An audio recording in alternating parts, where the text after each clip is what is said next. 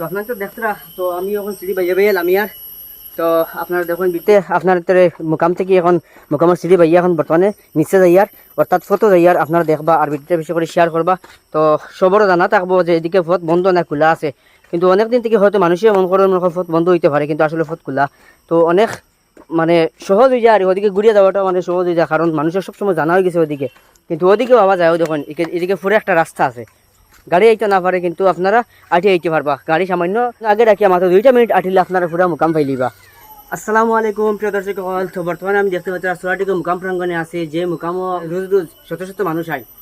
তো যেই মুকামের ফোর্ট এখন বর্তমানে দেখতে পাচ্ছি যে ফোর্টটা আছে, এই ফোর্টটা মানে খোলা আছে, কিন্তু এই ফোর্টে কোনো মানুষ আইন না, কারণ হইল গিয়া যেদিকে কোনো সামনা নাই, এর লাগি মানে সামনা আছে কিন্তু মানুষের মানে বেশিরভাগ হয়তো মানুষের জানে না যে এদিকে সিঁড়ি আছে বলিয়া, কিন্তু ওই দেখুন পুরা মানে সিঁড়ি আছে, পুরা জোয়া আছে, কিন্তু এদিকে মানুষ আইন না, কারণ উল্টা হয়ে যায়।